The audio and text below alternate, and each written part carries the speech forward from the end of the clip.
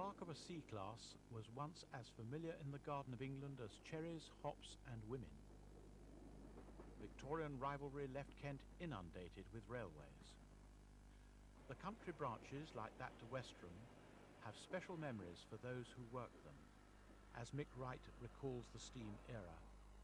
When you chug off, it seemed to be wonderful, and as a young lad, I thought it was a wonderful sort of life, no pressures and no worries. And for some, their enduring charm was the peaceful local stations, like those on the Hawkhurst branch, often miles from the villages they purported to serve.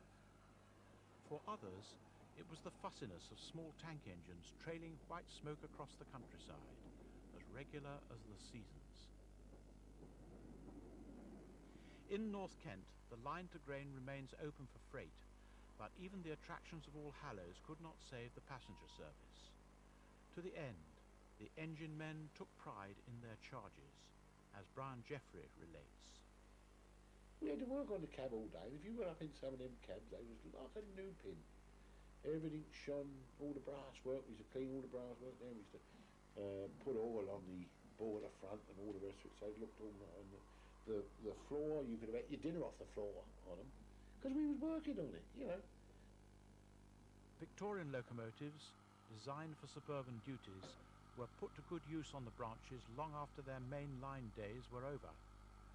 The Q1 tanks were rebuilt by Wainwright from domeless southeastern 044s, dating back to 1881. The London, Chatham and Dover contributed the more modern R-class, augmented by the R1s after the amalgamation at the turn of the century. Reboilered to H-class standard, many achieved almost 1.5 million miles in service. Conventional cabs distinguished them from the later Wainwright classes. In 1906, economies were anticipated from the use of Kitson rail motors.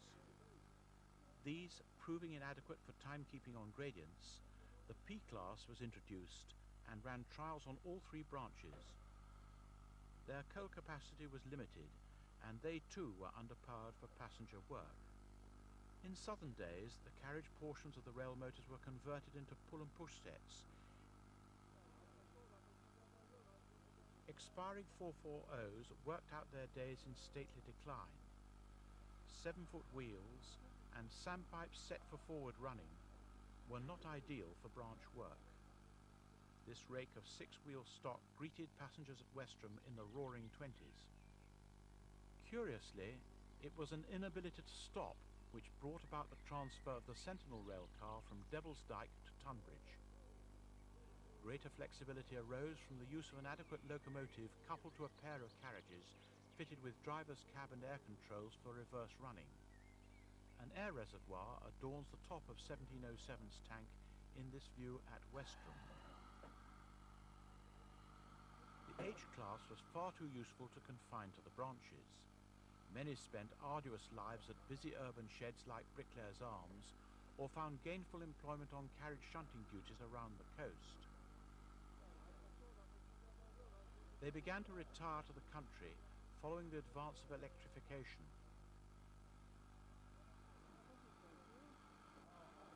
Freight was largely in the hands of the capable O1s. Outside springs on their tenders gave them an antiquated air. Their light axle loading made them ideal for southern byways. Number 65 is seen taking coal at Tunbridge Shed. Sandboxes on the middle splasher and a larger tender distinguish the C-class from their older compatriots. Widely distributed through the county, these versatile and powerful engines gave 60 years of yeoman service. Number 592 is preserved, a reminder of the splendour which once graced the branch lines of Kent.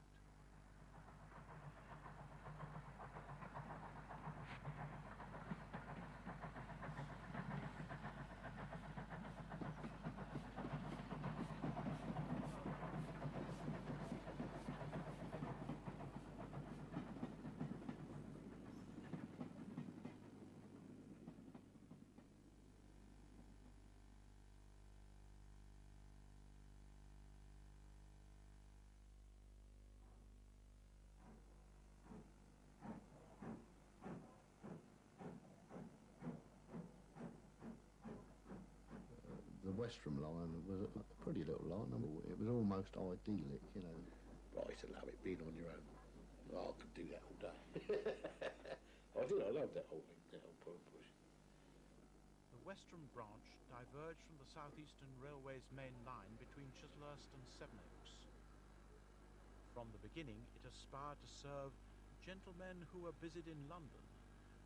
The junction was at Dunton Green, 20 miles and 46 chains from Charing Cross. The Southeastern and Chatham Guide dealt harshly with Dunton Green, describing it only as a centre for large brickworks. The station opened in 1868, adding the Western Loop to the right in 1881.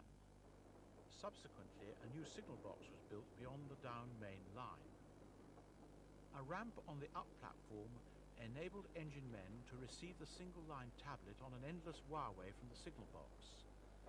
Mainline electrification in 1935 concluded this unusual arrangement.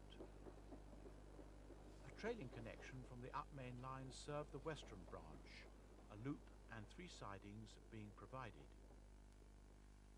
Trains were surprisingly frequent, as many as 22 round trips shuttling back and forth on a weekday, until rationalisation in 1955 reduced the service to peak hours only. Locomotives as large as the original West Countries could venture along the branch. However, a single locomotive from Tunbridge Shed usually sufficed for passengers and the 5:45 early morning freight. The line veered westward on an embankment and followed the Vale of Holmesdale beneath the North Downs. Of Chevening it was said that Kent had no lovelier corner so close to London. Optimistically, a halt was opened here in 1909, where the road from Chipstead crossed the line. Down trains climbed vigorously away for just over a mile, heading for Braested. The station was some half a mile from the village, with a standard SDR clapboard building. There being no loop at Braested, the cattle dock and coal staiths were served by 3 sidings facing Dunton Green. A proviso of the original inspection was that all down trains had to stop here, in consequence of there being no turntable at Westerham. Motor set number 723 of SE and CR and Brighton origin pauses for custom. The Western Valley promoters had considered a through route to join the Brighton line through Oxted. However, the Southeastern threatened to withdraw support altogether, and the branch terminated some 4.5 miles from Dunton Green. Sumptuous celebrations preceded the public opening on the 7th of July 1881. The railway represented a considerable advance on local roads, which even at this date largely consisted of dirt packed down by steamroller. The Southeastern quickly absorbed the line. A goods shed, coal staiths, a loading dock and a timber yard served local business interests. By the 1950s, the old Chatham tank, such as 1707, had given way to the H-class. The H-class tank was the mainstay of it all, and it was a brilliant engine. And if ever an engine has earned its money on the railway, it's that. It was a wonderful engine. Bullied Pacifics worked the Kent Coast Expresses via Tunbridge during the 1950s, but their days were numbered as surely as those of country branch lines and pre-grouping locomotives. The Green 4-set multiple units began 4 decades of service when electrification was extended from Sevenoaks to Dover in 1961. North Kent electrification had released rakes of Maunsell carriages, 40 of which were converted into 2-coach pull and push sets numbered in the 600 series. These brought mainline standards of comfort to many branch lines in their declining years, replacing antiquated, if charming, rolling stock. Westinghouse pump, prominent on the smoke box, the pull and push sets off from Dunton Green, passing the goods yard on the right before settling into a gentle lope towards Chevening. Ashford locomotives with their graceful lines and pagoda cabs to keep rain from drivers' necks were both functional and easy on the eye. they done a lot of good work. They really did, and they was easy to work on, if you know what I mean. They were an easy engine to work on. Quite warm and comfortable, you know, which is more than you could say for a lot of them. That's true.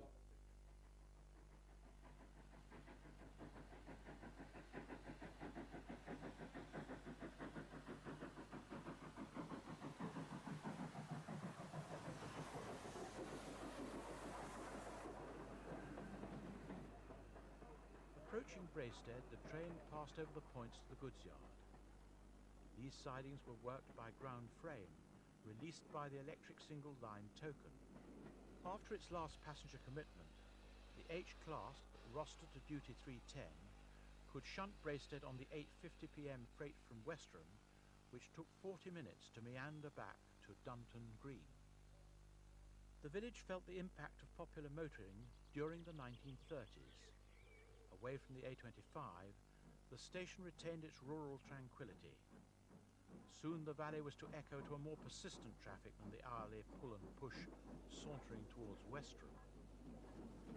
11 minutes or so after leaving the junction, the motor train arrived at Westerham. Brisk departures in latter years left little time to take water, shunting out to the site of the former engine shed. Few of the 13 levers in the signal box were necessary for passenger services, there being no need to run round. Branch lines were ideal for learning the driver's art, as Brian Jeffrey relates. I learnt the actual pull and push on the Westerham. George Gunner was the driver. Oh, he was a smashing old boy. You had a week to learn it, you know. You're supposed to have been a past fireman to do the actual pull and push, but they didn't bother with that in the end. If you could fire to an engine, you could do the pull and push work, you know. Yeah, the driver was at the what we call the car end, which is where all the controls for the engine were in duplicate. Huh? They was air operated. You had a regulator, a small regulator up there, which you opened up and operated an air control on the engine, which opened the regulator on the engine, in theory. And he drove it really just the same as if he was on the engine, but the fireman was on the engine on his own, and in actual fact done everything. The actual brakes was terrible, because if you didn't know what you was driving, you were soon in trouble. You know, you had some brakes could stop on a pin, and others they just couldn't stop them anyway. You know, if you was on the engine and you see that they was going to overshoot the station, you used to reverse it and stop it that way. You know, on the engine, so you know, or if the driver was on the engine and you was the fireman, because they used to tell you to go up the car in, you know, take turns, and then he would keep his eye on you and he'd put the brake on if you wasn't putting it on fast enough. He gave you a bell when he wanted you to start, so you just drove away, and then he'd give you another bell when he wanted you to shut off, and you shut off, and then the next bell you'd open up again. Simple as that. Peak services and duty changes brought a flurry of activity to Dunton Green. The bell tolled for the pull and push on the 28th of October 1961. Electrification had been mooted, but at 4.5 miles the branch would have required an extra substation, the cost of which could not be justified by the trainful of commuters carried in peak hours. Last day visitors necessitated extra carriages and mainline motive power. The development from the D class was the D1, and it was virtually the same engine, except it had piston valves instead of slide valves, and it had superheated steam. So I think it had a slightly higher boiler pressure, but they would do mainline passenger service. They were put on freight. We always kept one as a standby engine up on the long sidings. It stood up on top of the bank in case something broke down, and it was kept in steam, and the firelight would visit it once every 2 hours and fill the boiler up. And if anything else broke down, it would take a school's load with a struggle, and it was always there and reliable. And if we hadn't got a C-class, they would stick them on them, and they would struggle because they were not freight engines and they had bigger wheels. But they would struggle and do everything and slip and slide. The main thing we was always told to do is make sure the sands were working on them, because they were very prone to slipping. They was nice engines. It was a long way from the tender to the firebox. That was one of the awkward bits. And the driver, when they notched her up each time, the steam reverser, he had to stand down. Well, if you wasn't careful, he'd do like I did and knock his legs right out and run in with a coal shovel full of coal. I thought I killed my mate one day. He went down so I poleaxed him. Bulleid's freight design made an appearance. Well, they was quite a powerful engine, but they used to burn a lot of coal. That was the only thing with them. The tender was always hitting her up the bum as she was going along all the time. But it did. It was a rough old ride, you know. We had, I believe, 14 at one time at Tunbridge locomotive sheds, and yes, they were light. Although Tunbridge Shed remained an outpost of steam in Kent, British Railways followed the Southern's general policy of trimming unprofitable services where it could. Frequent buses ran directly to Sevenoaks and to London from the middle of Westerham. The South Eastern Division anticipated Dr. Beeching's report. Estimated annual losses for the line varied between £11,000 and £26,000. Folklore has it that Ernest Marples, the Minister of Transport, personally travelled to Westerham in disguise before ruling that it should close. Nevertheless, a Preservation Society made determined efforts to save the line for passenger traffic. Their negotiations were thwarted by improvements to the A21 at Chevening, which enveloped the track bed. Subsequently, Westerham Station was demolished and the site cleared for industrial use.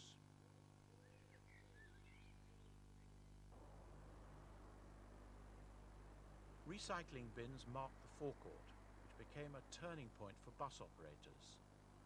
Established trees still grace the site where commuter and walker alike gained their first view of the town, not only lovely in itself, but full of historical interest, as BR's publication Southern Rambles saw it in 1950. For 80 years, the railway served the Vale of Holmesdale in its leisurely way, to be replaced by raw industrial units, accessed by road.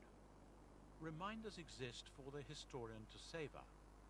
The M25, which does not serve Westerham, absorbed much of the formation near Braested. As we travel back along the route today, Mick Wright reminds us of a way of life which vanished with the country branch line. We had a driver by the name of Trask, and he never got up into the big, heavy main line. He was quite content to mainly do the Westerham line. And I was friendly with him outside the railway, and I used to go rabbiting with him, and he had a 12-bore shotgun, and we used to go and shoot all sorts of poor creatures with this gun. And he used to take the gun with him on the footplate of the engine, like, and I mean, he'd been doing this for years. He was trotting along the Westerham line, and he saw a pheasant, you know, out would come the shotgun, which was kept loaded, and he would knock the pheasant off and then pick it up on the way back, and he used to stop and after the farm, and I'd jump down and got the pheasant. I mean, nobody ever questioned old Trask. He always done that, like, you know, that was one of the things about him. But on this particular occasion, somebody reported him, and they said, like, you know, he'd actually left the engine unattended, and it was push and pull, and one farmer was up one end and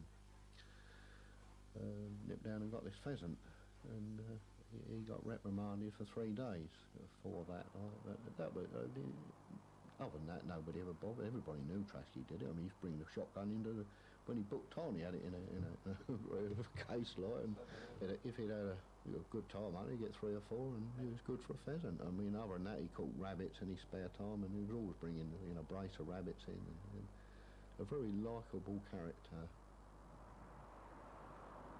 Had the Westerham Valley's promoters succeeded in reaching Oxted, perhaps suburban development might have followed electrification through this lovely vale. Instead, the North Downs and Greensand ridges reverberate to the roar of motorway traffic. Beyond Chevening, railway earthworks are clearly visible, although the sidings at Dunton Green were closed in 1962 and are now heavily overgrown. The The Western Bay and Maunsell carriages may be no more, but 4 SEP units, refurbished and patriotically resplendent, still hustle through to the Kent coast.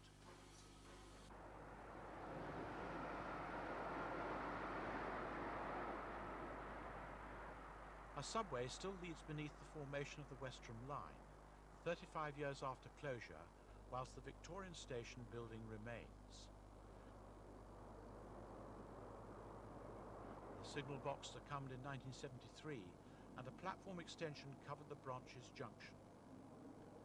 Replacing the Southern's ubiquitous slam door stock, sleek networkers now operate suburban services to Sevenoaks.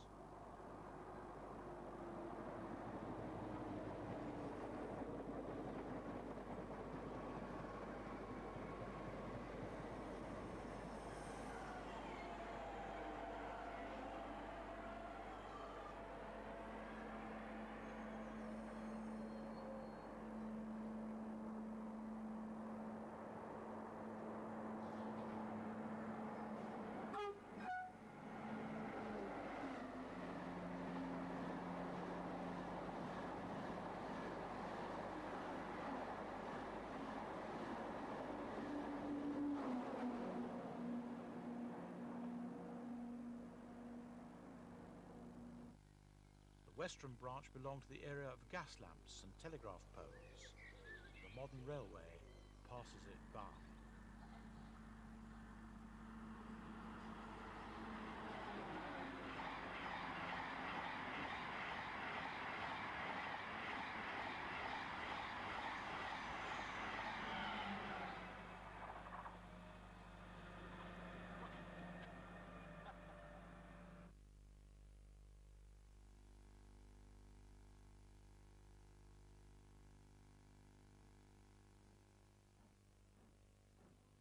This single line, which wound through the hop gardens and farms of the High Weald, served pretty country towns which, in the 1880s, were still dependent upon local hauliers for access to their markets. A cart, 2 or 3 times a week, was insufficient for communities which in the days of weaving and iron founding had been as prosperous as Maidstone. Accordingly, the Cranbrook and Paddockwood Railway engaged as engineer Holman F. Stevens. By 1892, the rails were open as far as Hope Mill. Station buildings were by Manctelo of Horsemondon, using corrugated iron on a wooden frame with more substantial brick dwellings.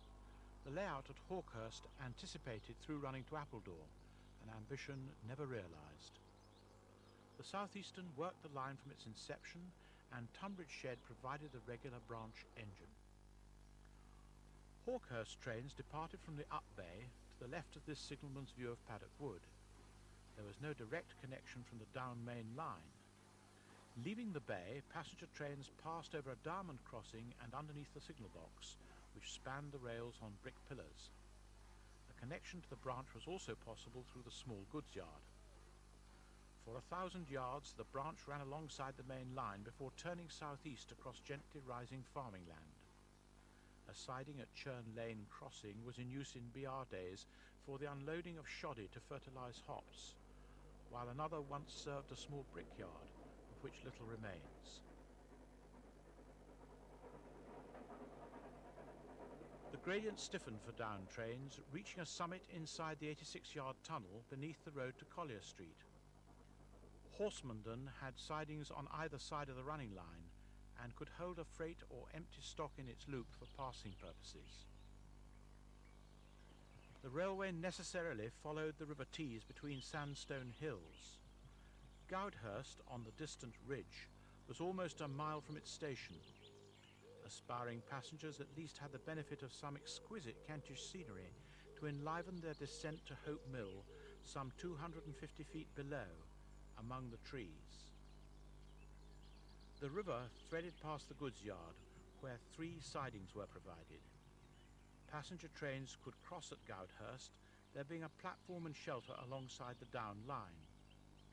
Curiously, trains using the upside, where the more impressive buildings were situated, swung onto a loop ending in head shunts at either end. Practically 3 miles of continuous climbing ensued. The railway circled Goudhurst by following a small tributary of the Tees to Pattendon siding. This wayside loop and loading dock, surrounded by orchards and hop gardens, illustrates the undulating nature of the high weald through which Stevens had to plot his course. He could approach Cranbrook no closer than Hartley, a stiff climb and a valley away from the town. Nevertheless, full passenger facilities, a pair of goods sheds, a loading dock and crane were provided here, while a local coal merchant used the yard. At one time, 3 freights called here daily. The gradient continued, culminating in the 178 yards of Badger's Oak Tunnel. From there, a descent at 1 in 80 ended abruptly at Gill's Green, 11.5 miles from Paddock Wood, and still 1.25 miles short of the charming weatherboarded streets of Hawkhurst. With 3 sidings each capable of holding 20 wagons, Hawkhurst became the railhead for the surrounding agricultural communities. A bay platform was provided, and the loop beside the main platform could accommodate 6 carriages. The 2-road engine shed was lavish by country branch standards. The branch normally closed on Sundays. For many years, 7 trains a day made the trip back to Paddock Wood on weekdays. The 3rd rail was shortly to be energised when West Country Pacific Appledore passed on the last steam-hauled Golden Arrow. No, they were a good engine, there's no doubt about it. They done the job. We used to empty the tender into the firebox on a boat train up at Stewart's Lane, and then take it round, fill it up with coal, for them to go back on the train to work the boat train down. We had to have a fair old bit in there to start before you know, especially like going out of Victoria up over Grove Bridge, you know.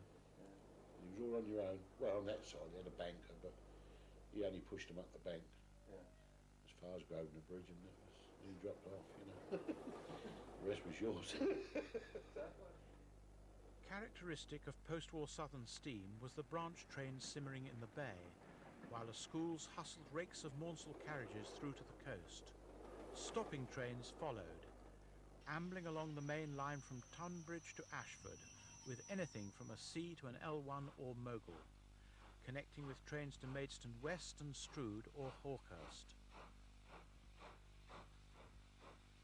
A brisk departure often saw the branch train race the stopper along the 3/4 mile straight, but on this occasion the local settles for warming the signalman's feet, as the R1 class Chatham tank 1704 had done for many years. Brian Jeffrey recalls. It was just one odd one which was over here for a while at Tunbridge, and we used to get it on the Hawkhurst branch. And the H class was a steam reverser, and the Chatham tank was a wheel reverser, but other than that the basics were exactly fired to them just the same. Injectors were the same, everything else was, you know, very, very similar. Mick Wright of Tunbridge Shed describes their maintenance. The H-class tank, well, they had a shed day, the boilers were washed out. We did examination of gauge glasses, looked at the glands and generally done them. They just kept working, and then they were lit up in the afternoon at about 2 o'clock, and they went out on an evening turn, and again. They were totally reliable. You rather took them for granted.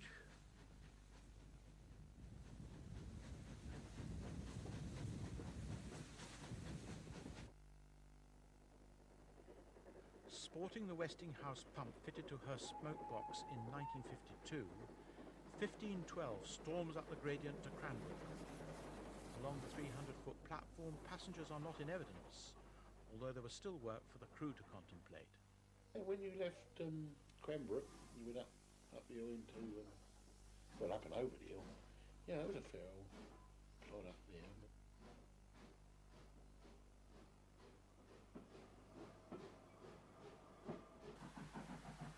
Emerging from Badger's Oak Tunnel, the crew could relax as they drifted down into Hawkhurst. Brian Jeffrey reflects on the art of firing. On a lot of our smaller engines, you could start with a small fire and you could build it up as you went along. We only used to have half a fire in the engine in the station. you could always tell really how to fire to an engine by the shape of the firebox. If you had a deep firebox, then you kept a fairly shallow fire all over. But if it was a sloping firebox, you always kept a big fire just in by the door, and the thin fire down the front. They'd always steam that way, always. The H-class was a deep box, but funny enough, you could fill them up and they'd still go. But they was a good steamer. By the late 50s, the venerable locomotives had few customers. A van or two of pot plants coupled to the pull and push brought in some revenue, but Kent Education Committee had decided that school children should be collected by bus rather than walk to distant stations, although Cranbrook saw termly specials for the girls of Benenden School. From Oasthouses near Goudhurst and Horsemenden, hot pockets weighing 200 weight had been loaded into open wagons since the beginning of freight services. The wagons were littered with straw and the pockets laid in lengthways before they were sheeted over. This traffic had been lost when the Hop Marketing Board opened its depot at Paddock Wood. The fruit siding at Horsemenden was rarely used. It was for seasonal traffic that the Hawkhurst branch was widely renowned. Double heading was often necessary on ramblers' excursions, as the D1 and E1 classes were the largest permitted. September brought blue skies and occupational hazards. The Hawkhurst always hung in my mind was when the hop pickers was down. Because they used to work the hoppers specials all down to Paddock Wood and all around there for then, you know. And you'd be going along and or an apple or something like that, whack it the side of the cab. The kids. Lord, if it hit you, it would have killed you, you know what I mean? Yeah, you know, it was just one of them things. You expected that at certain times of the year and you got it. When you think back there, you think you should have had the shovel out the side and hit them back. Hop harvesting demanded nimble fingers. Hordes of London families decamped to the Garden of England for 3 weeks during September to strip the cut bines of flowers. Hop picking and rural railways alike were apt to be romanticised as they disappeared. With hoppers specials, all the stock that they used was always stuck in the sidings from one hop picking to the next. That was the only time they was used was for hop picking specials. Most of them was single compartments. So as soon as you stopped anywhere, all the doors flew open and they held all the kids out the side to go to the toilet. Yes, they did. Closure of the branch on the 10th of June 1961 was commemorated by the LCGB's Southeastern Limited the following day. The working recalled halcyon days. As far as hop picking specials, when the season came in, we tried to have more engines available, and quite often we used to have to borrow them from other depots. But other than that, I mean, it was purely routine because they'd been running the hopper specials, you know, since the dawn of time almost, and it's just a matter of availability. If you hadn't got the engine, you didn't run it. That's all there was to it, you know. Hop picking was largely for the women and children of the family. Husbands in work travelled down on Sundays when the branch was open for the notoriously rowdy Friends specials. These carried an H head code and could be routed via Oxted, Orpington or Otford. Some even ambled around Dartford and Maidstone West. The sidings at Hawkhurst filled with carriages, and often an extra locomotive was rostered as station pilot. Only one tender locomotive like this 01 could be released between the loop point and the buffer stops, so two made for interesting manoeuvring. Had Holman Stevens provided a turntable alongside his engine shed, engine men might have blessed him, especially in weather such as the June downpour, which assailed them as they prepared to leave for Paddock Wood for the last time.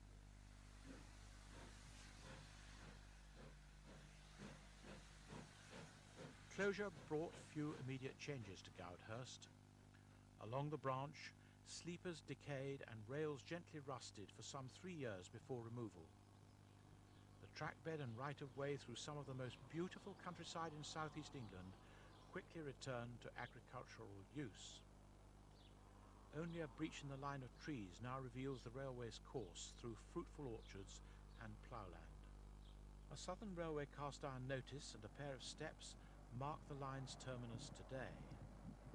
Fortunately, the site at Hawkhurst was purchased entire by the Kent Woodware Company.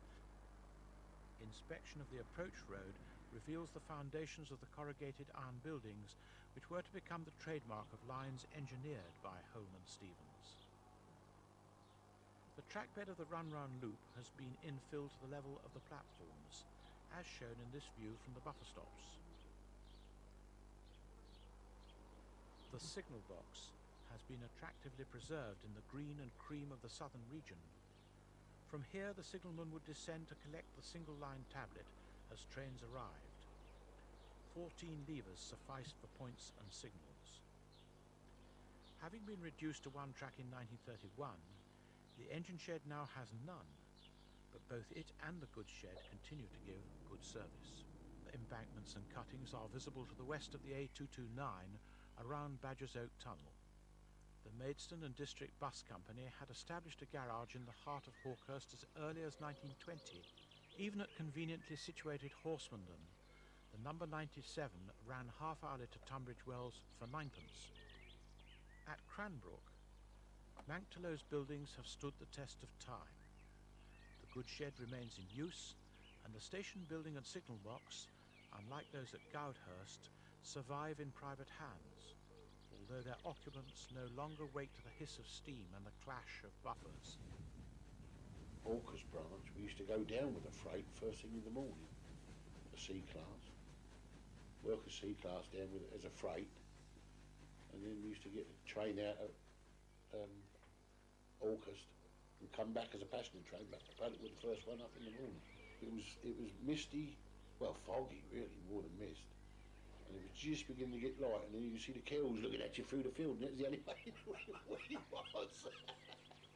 It was just like driving along in the, nothing like, nothingness, because everything's quiet when you got fog. It deadens everything, and, I was like, what's that? And it was, a bit of free cows. There was a cattle market beside the level crossing at Goudhurst, and Horsemonden had its annual horse fair on the second Sunday in September. Now the old station garage ministers to local needs.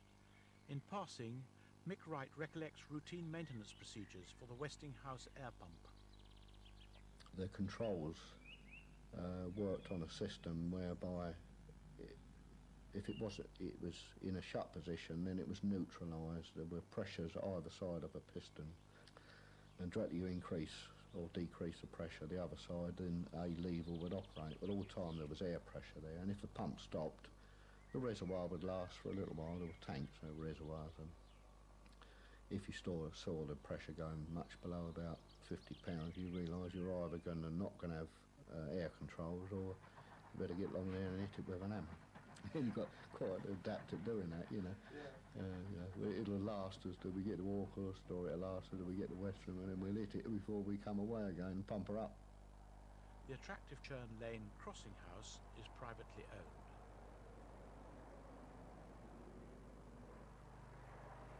At Paddock Wood, the branch bay remained in use as a siding for many years before becoming a car park. The truncated spur to be seen today is that of the goods loop. Both the diamond crossing and the signal box disappeared when the up platform was extended in concrete to accept 12-car multiple units. No moguls pause here today to await the passing of the Golden Arrow.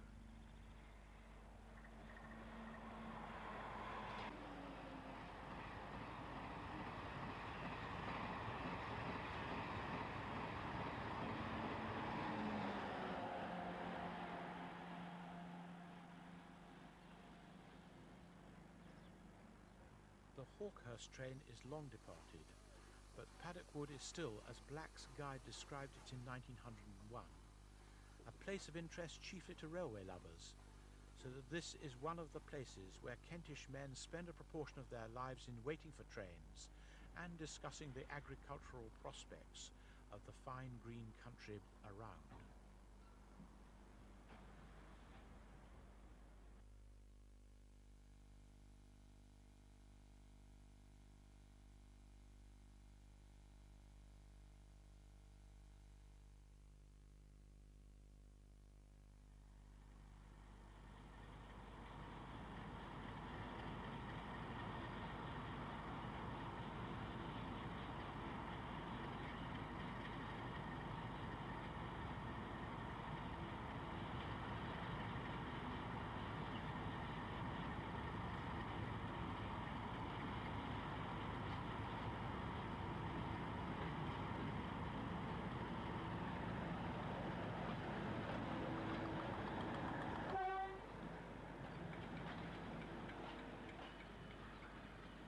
The 100 of Hoo Railway across the Isle of Grain was absorbed into the southeastern even before it opened to Port Victoria in 1882. Branch trains worked from Gravesend Central, a confined station in the classic southeastern style. No bay was possible on the downside, so branch trains often took water on the through line awaiting their next turn. Gillingham men worked the services until the 50s, when 73D became a subshed of Ashford with locomotives from 73J. The All Hallows line was run from Tunbridge Local. We supplied the engines and we supplied the drivers. They were like most branch lines, run with H-class tanks who just went out and they did their work and they came home. Very little went wrong with them. Following the main line eastwards, the pull and push served Denton Crossing Halt, a relic of the steam rail motor era, which outlasted them by 50 years. From here, the line ran parallel to the Thames and Medway Canal before reaching Hoo Junction yards. Over 2,000 wagons were handled here daily, and a concrete platform was provided for staff use.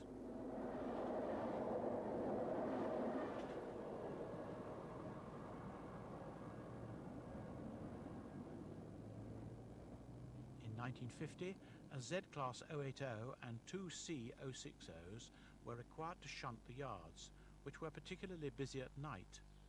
The down yard included a triangle for turning. The branch swings northeast here, past the ballast sidings which stand opposite the site of Eurolite Holt. Workmen employed in processing asbestos alighted here for their factory 3.5 miles from Gravesend, on the edge of the North Kent marshes.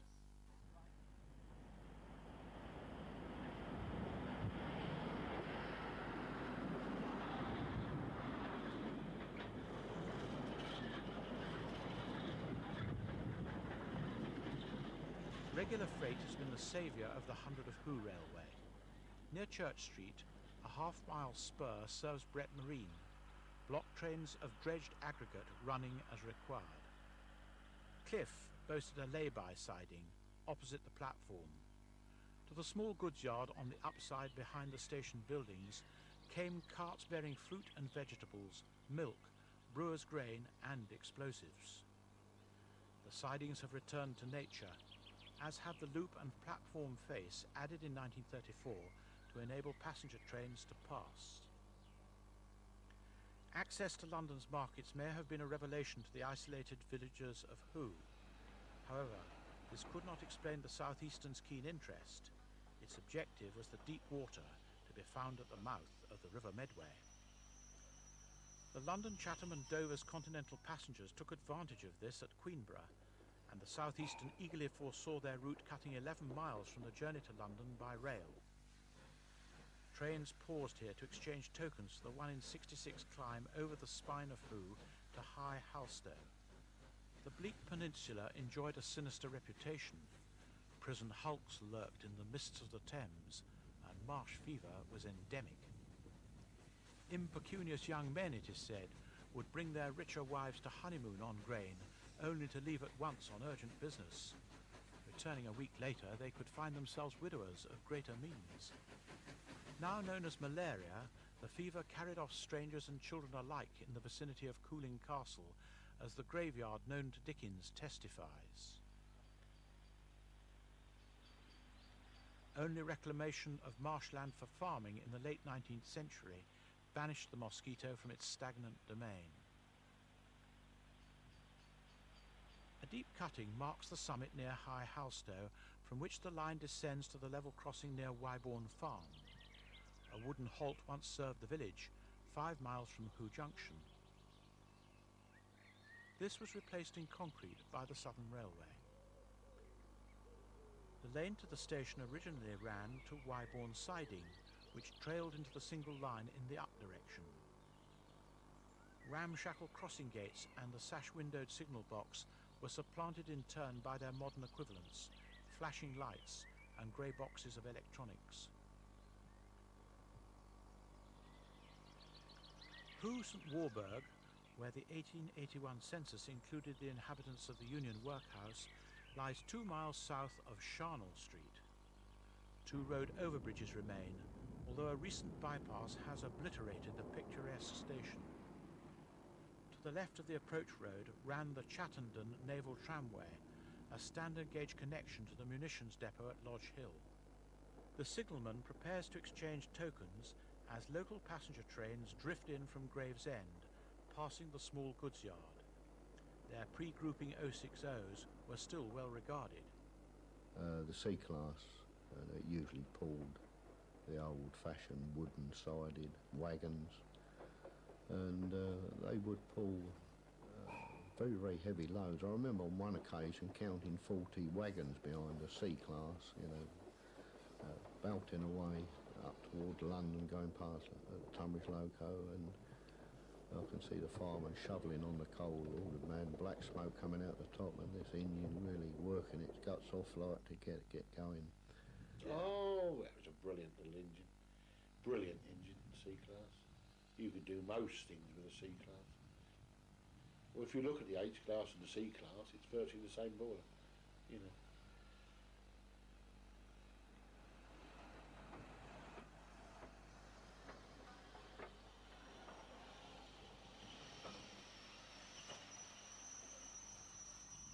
Oil was the downfall of the C-class, but oil gave the grain marshes new purpose. The South Eastern did build their pier at Port Victoria, attracting royal patronage, ferries to Sheerness and mailboats. However, amalgamation with the London, Chatham and Dover soon rendered Port Victoria redundant except for emergency use. The management committee attempted to sell the section beyond Charnel Street to the Admiralty, but the naval lord's interest extended only to the leasing of land and construction of oil storage tanks and munition dumps in 1914. Exchange sidings laid east of the Charnel Street road bridges, linking the King's North Light Railway, which ran to a wharf close to the site of the modern power station and the naval tramway. Manning-Wardle tanks and latterly diesel mechanicals marshaled munitions bound for Chatham Dockyard. During the 30s, 01060s conveyed trains of 20 or more wagons back to Woolwich Arsenal past the White Gate, visible as Mick Wright recalls the steam era. But I had an occasion when I was told to get myself up to the All Hallows line, where there was an H-class tank which was developed a rather loud knock, and I could hear it some half a mile away, I think, because I could hear this bang, bang, bang, and it was in serious trouble, but nevertheless it was going along the line, pulling wagons. And I went up the footplate and I said to the driver, what's happened? He says, dropped its key, mate, he said, and we're in bad trouble.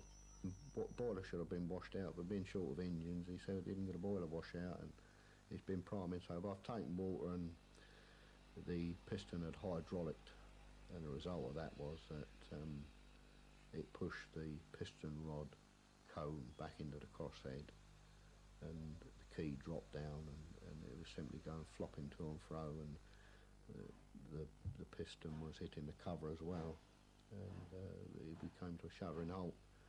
I had to take the conrods off, dismantle the big ends, and this had to be done on the level with no pit, and crawled underneath the engine on top of it.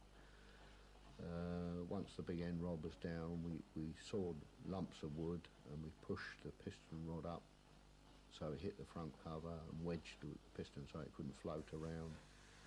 And then it was towed back to the loco for repair. Rounding Tunbridge Hill, the line continues its descent towards the tidal reaches of the River Medway.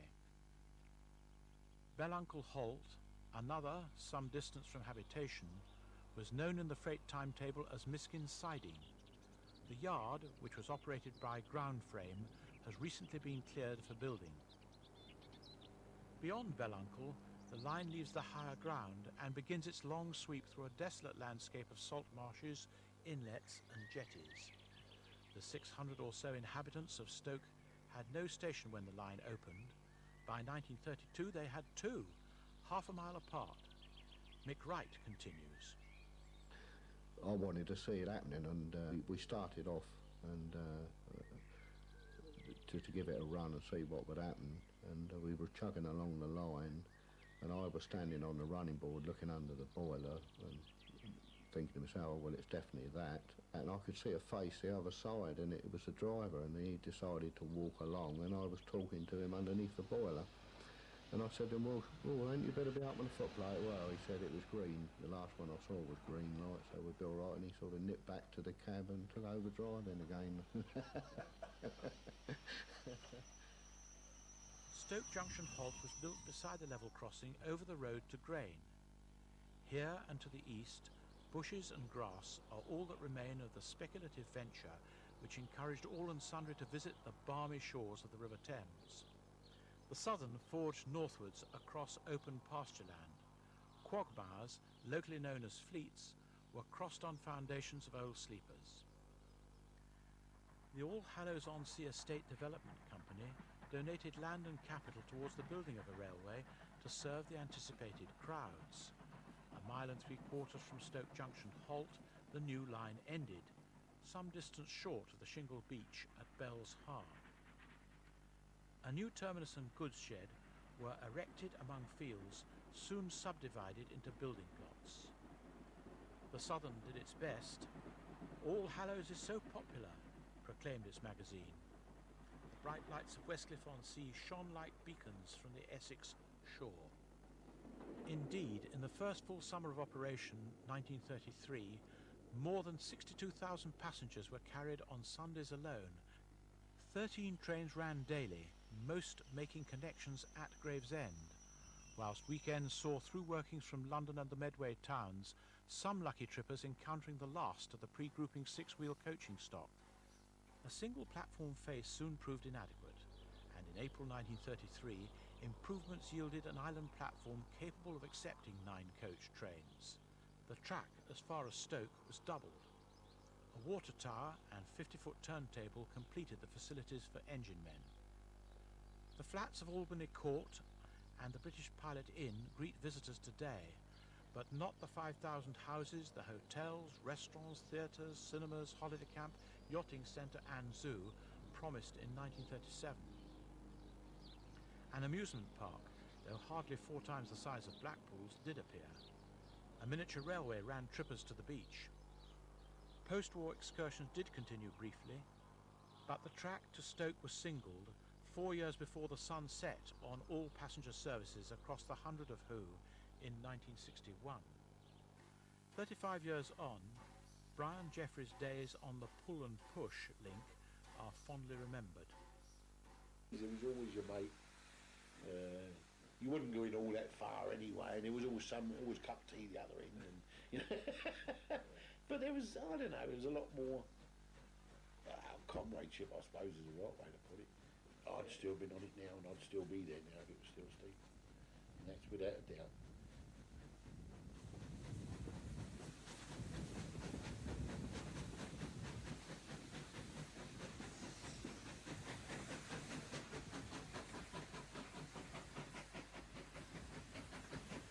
The original line to Port Victoria was retained for freight.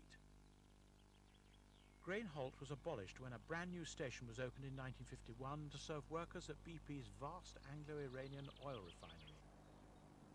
This enveloped the Medway Oil and Storage Company, established here in the 20s.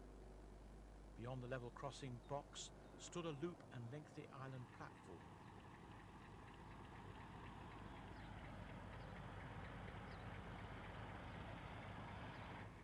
Modern signal box notwithstanding, it was hardly likely that BP workers would patronise such austere facilities for long, especially those who lived in the Medway towns.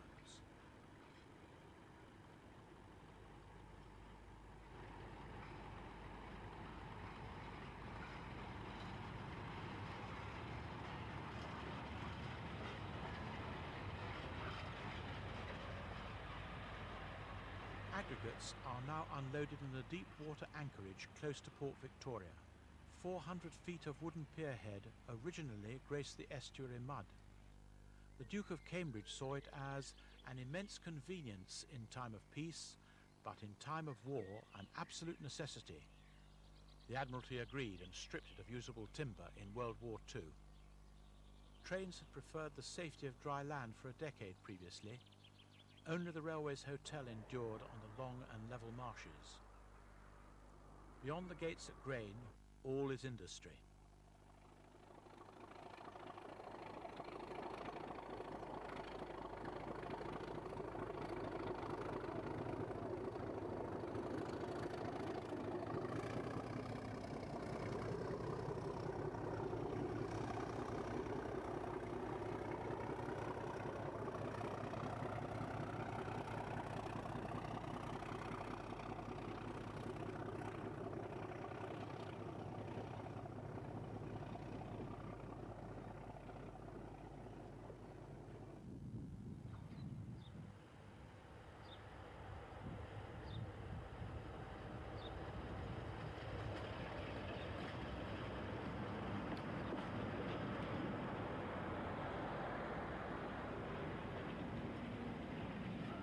So it was that the delightful country branches to Westerham and Hawkhurst fell on hard times, whilst a line conceived in a squabble over continental passengers enjoys a spirited existence today.